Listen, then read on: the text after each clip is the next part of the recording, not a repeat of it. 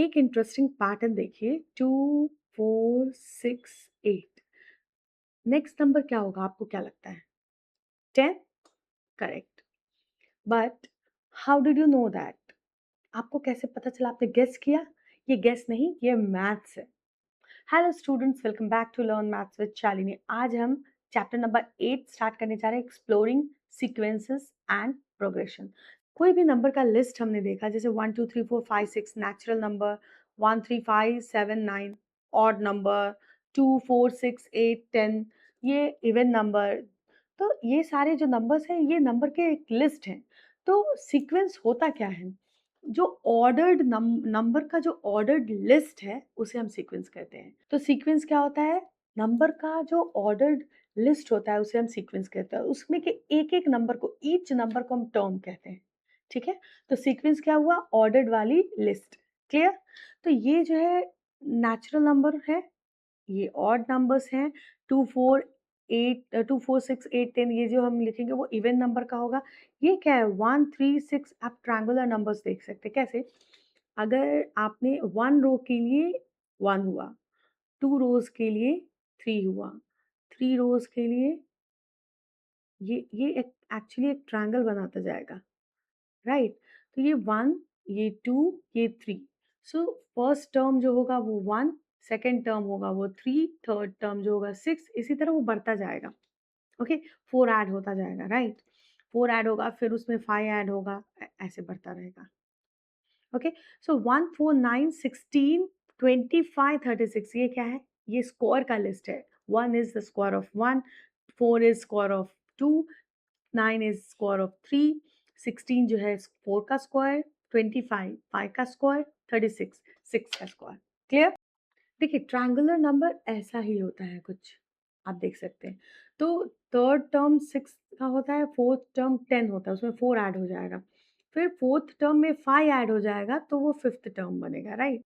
और एक और चीज़ है, ये जो फर्स्ट टर्म है, इट्स बेसिकली 1। सेकंड टर्म है ये 1 प्लस 2, फर्स्ट 2 नेचुरल नंबर का सम। ये जो है फर्स्ट 3 नेचुरल नंबर्स का सम। ये फर्स्ट 4 नेचुरल नंबर्स का सम। और ये फर्स्ट 5 नेचुरल नंबर्स का सम। क्लियर?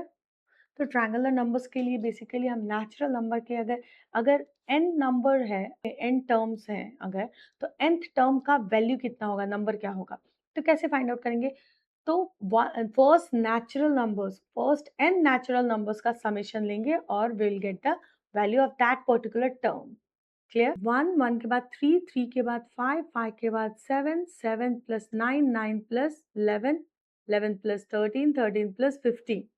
यहाँ पे आप स्क्वायर नंबर्स की ट्रिक समझ सकते हैं। 1 का स्क्वायर जो होता है वो 1 है, 2 का स्क्वायर जो होता है वो 4 है, 3 का स्क्वायर जो होता है वो 9 है, 4 का स्क्वायर आपको पता है 16 होता है, 5 का स्क्वायर जो है वो 25 होता है, ये आपको पता है। बट यहाँ मैं क्या बताना चाह रही हूँ, 1 is basically 1 first 1 odd number, and 4 is 2 का square is summation of first 2 odd numbers, 3 का square is summation of first 3 odd numbers, and 4 का square is summation of first 4 odd numbers, and 5 का square summation of first 5 odd numbers. इसी तरह से अगर 6 का square आपको निकालना है, तो वो क्या होगा? 36। आप अगर 1 plus 3 plus 5 plus 7 plus 9 plus 11 करेंगे तो आपको मिल जाएगा। इसी चीज़ को बताया कि 1 प्लस सेकंड ऑड नंबर जो है वो है 3, इन दोनों को ऐड किया तो 4 मिला, 4 इज स्क्वायर ऑफ 2। सीक्वेंस और प्रोग्रेशन में कुछ डिफरेंस होता है, और वो डिफरेंस क्या है आपको मैं बताती हूँ। सीक्वेंस किसे कहते हैं? वो नंबर वाली जो लिस्ट है, ऑर्डर्ड नंबर की जो लिस्ट है, उसे हम सीक्वेंस कहते हैं। और प्रोग्रेशन किसे कहते हैं? वैसे सीक्वेंस को जो किसी पर्टिकुलर पैटर्न को फॉलो कर रहा है। ऐसा सीक्वेंस जो किसी पर्टिकुलर पैटर्न, किसी फिक्स्ड पैटर्न को ही फॉलो कर रहा है, उसे हम प्रोग्रेशन बोलते हैं। अब जैसे कि सेम हम एग्जांपल ले लेते हैं, 2 4 6 8 जो हमने स्टार्टिंग में लिया था, इसके बाद क्या होगा? 10। तो हम यहाँ पे क्या कर रहे हैं? +2 +2 +2, ये हुआ +2, तो नेक्स्ट नंबर क्या होगा? 10 में +2 कर देंगे तो हमें 12 मिल जाएगा, तो नेक्स्ट नंबर 12 हुआ। तो ये हम ऐड करते जा रहे हैं, तो इस तरह के प्रोग्रेशन को हम कहते हैं अरिथमेटिक प्रोग्रेशन। प्रोग्रेशन जिसे हम एपी भी कहते हैं, अरिथमेटिक प्रोग्रेशन, ठीक है? यहाँ पे और भी चीज़ें आपके सिलेबस में 9th के सिलेबस में, मतलब स्टैंडर्ड के लिए मैथ्स के, सिर्फ अरिथमेटिक प्रोग्रेशन ही है, लेकिन एडवांस में भी ये चैप्टर है और उसे उसमें हमें ज्योमेट्रिक प्रोग्रेशन और शायद हार्मोनिक प्रोग्रेशन भी है। हार्मोनिक तो मुझे दिखा नहीं, लेकिन आप देख सकते हैं, मैं आपको दिखाती हूँ। ये है एडवांस का सिलेबस और ये 6 चैप्टर्स हैं एडवांस के सिलेबस में, और ये सारे टॉपिक्स जो हैं ये समहाउ कुछ 11th के सिलेबस से आते हैं। सेट थ्योरी 11 में है, लॉगरिदम तो आपको 9th में पहले रहता था थोड़ा, ये भी 11th का है, ये थोड़ा 9th में भी रहता है। कॉम्बिनेटर्स, ये परम्यूटेशन कॉम्बिनेशन कंप्लीटली 11th का सिलेबस है, और एक्सप्लोरिंग सम मोर प्रोग्रेशन, तो सम मोर प्रोग्रेशन बोला है क्योंकि आपके सिलेबस में 8th चैप्टर जो है वो अरिथमेटिक प्रोग्रेशन के ऊपर है, और ये यहाँ पे इस चैप्टर में आप देखेंगे कि पेज नंबर 84,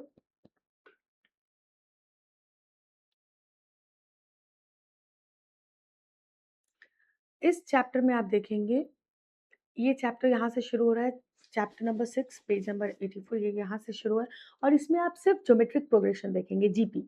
अभी हमने एपी हमारे सिलेबस, तो इस चैप्टर के बाद 8th चैप्टर जब हम कंप्लीट कर लेंगे, एपी हमारा पूरा कंप्लीट हो जाएगा, तो कंटिन्यूएशन में ही I will start this progression, ये एडवांस का 6th चैप्टर मैं शुरू कर दूँगी, और बाकी फर्स्ट 5 चैप्टर्स हम उसके बाद करेंगे, क्योंकि ये कंटिन्यूएशन में चलेगा, वो रिलेटेड है। अरिथमेटिक प्रोग्रेशन जब आपको समझेगा तो आप ज्योमेट्रिक प्रोग्रेशन, और यहाँ पे हार्मोनिक प्रोग्रेशन के बारे में तो बताया नहीं है, लेकिन हार्मोनिक प्रोग्रेशन भी बहुत ईज़ी है, अगर आपको अरिथमेटिक एंड ज्योमेट्रिक आता है तो हार्मोनिक भी आप सीख सकते हैं। तो हार्मोनिक प्रोग्रेशन भी अगर आप चाहें तो मैं बता सकती हूँ।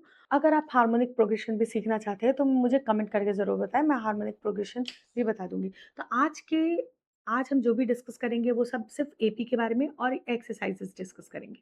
तो फर्स्ट, जो एपी आपने समझा ज्योमेट्रिक प्रोग्रेशन क्या होता है उसकी आइडिया मैं दूँगी, लेकिन जैसे कि अगर 2, 4, 8, 16, 32 ऐसे लिखा है, तो यहाँ हम क्या कर रहे हैं? Multiplied by 2, multiplied bye 2, multiplied bye 2, multiplied bye 2, तो नेक्स्ट नंबर क्या होगा? अगेन हम मल्टीप्लाई बाय 2 करेंगे और 64 आएगा, और ये है ज्योमेट्रिक प्रोग्रेशन और इसे हम बोलते हैं जीपी। लेकिन इसके बारे में हम बाद में बात करेंगे, अभी हम सिर्फ एपी की बात करेंगे। क्लियर? 3, 5, 7, 9, 11 ऐसे, अगर हमने 3 से स्टार्ट किया, ये फर्स्ट ऑड नंबर तो नहीं है, तो ये यहाँ पे जो हम ए लेंगे, ये बेसिकली हम ए या ए1 लिख सकते हैं, ए1, ए2, ए3, और ये ए एन तक जाएगा, nth टर्म अगर आपको फाइंड आउट करना है। जैसे नेक्स्ट टर्म आपको फाइंड आउट करना है, आप डिफरेंस, इसके डिफरेंस को +2 किया तो ये मिला, तो आप इसके बाद वाले नंबर को फाइंड आउट कर सकते हैं, राइट? ये 13 होगा। लेकिन अगर आपको मैं बताऊँ कि अगर ये 4 टर्म्स हमने दिया है और पूछे कि 50th टर्म क्या होगा? 50th टर्म फाइंड आउट कीजिए, तो आप क्या करेंगे? तो इसके लिए एक फॉर्मूला है, तो कॉमन डिफरेंस, फर्स्ट टर्म को हम यहाँ पे ए बोल देंगे, ये हुआ first term, which is equal to 3। Okay, common difference क्या है? तो वो सेकंड टर्म, मतलब a2 माइनस a1, इसको a या a1 भी कह सकते हैं, ठीक है? तो a2 minus a1, 5 minus 3 equals to 2, तो ये हुआ हमारा कॉमन डिफरेंस, ये हुआ फर्स्ट टर्म। तो फॉर्मूला हम ए एन के लिए क्या लगा सकते हैं? nth टर्म के लिए a plus n minus 1 d। Okay, तो अगर आपको 50th टर्म निकालना है, A50 निकालना है, तो फर्स्ट टर्म क्या है? 3, और plus common difference n minus 1 क्या होगा? 50 माइनस 1 इंटू डी, 2, तो 3 प्लस 50 माइनस 1, 49, मल्टीप्लाइड बाय 2, तो 3 प्लस 98, तो 101। तो 50th टर्म क्या होगा? 101। ओके, अभी हम एक बार चेक करते हैं, 1, 2, 3, 4, 5, 6, 6 टर्म 13 आ रहा है, तो चेक करते हैं आता है कि नहीं। ए 6 क्या आएगा? ए प्लस एन माइनस 1 डी, तो a तो 3 है, n माइनस 1 मतलब 6 माइनस 1 5 इंटू 2, तो 3 प्लस 10 इक्वल्स टू 13। आया? क्लियर? तो ये फॉर्मूला आपको याद रखना पड़ेगा।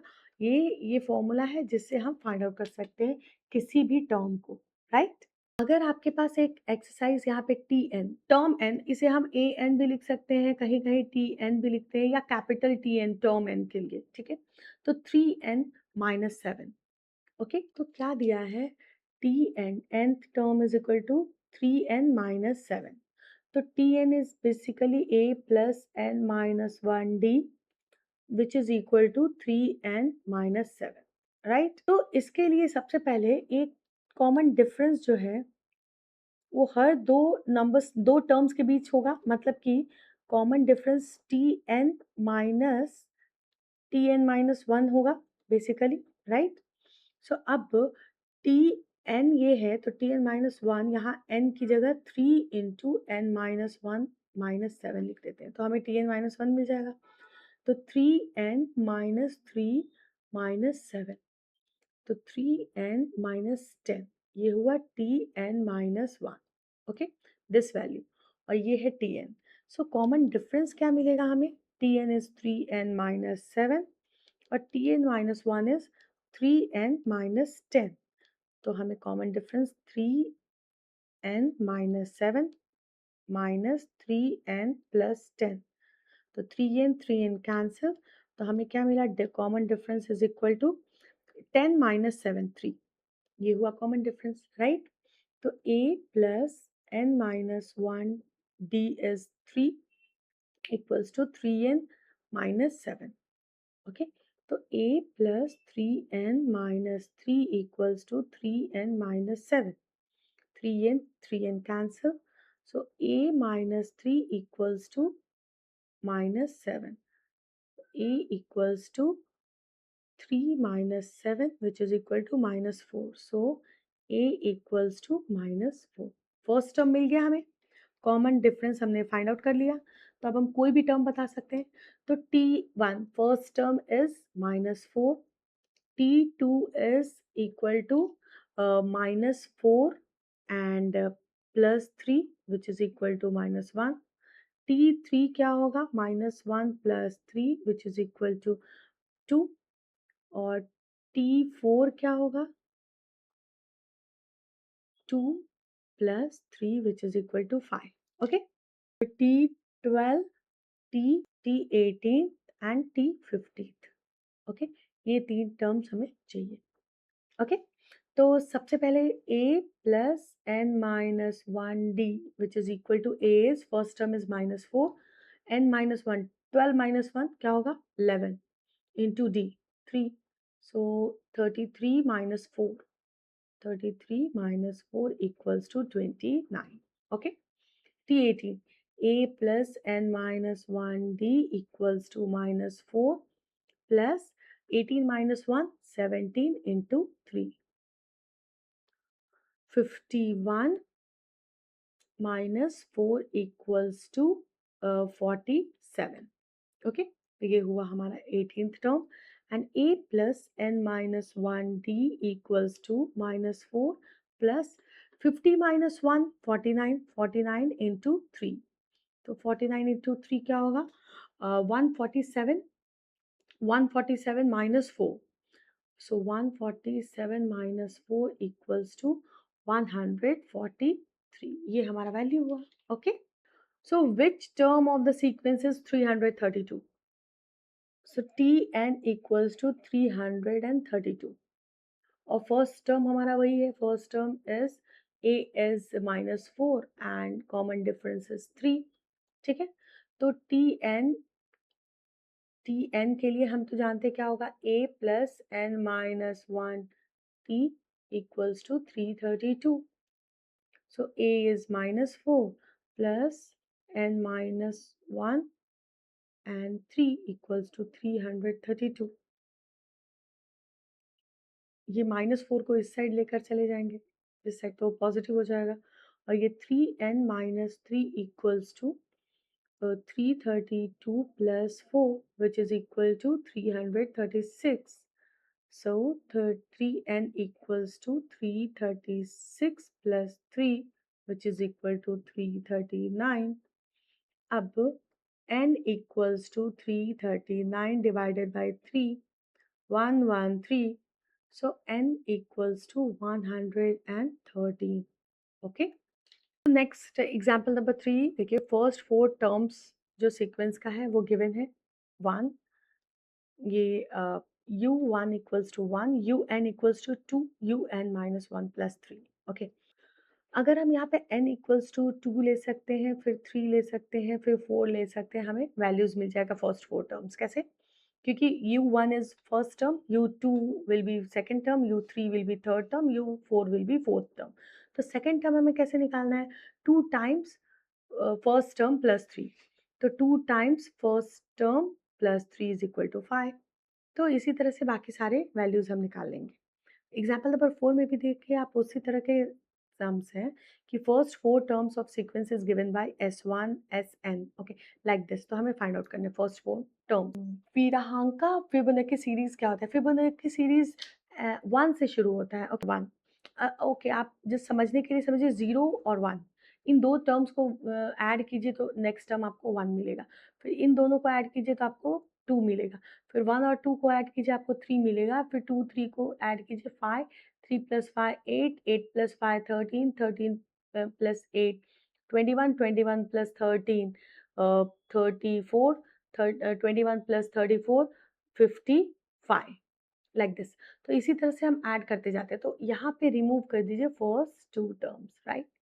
Now this is Virahanka Fibonacci series 1 2 3 5 8 13 21 34 55, like this. ये बढ़ता जाता है।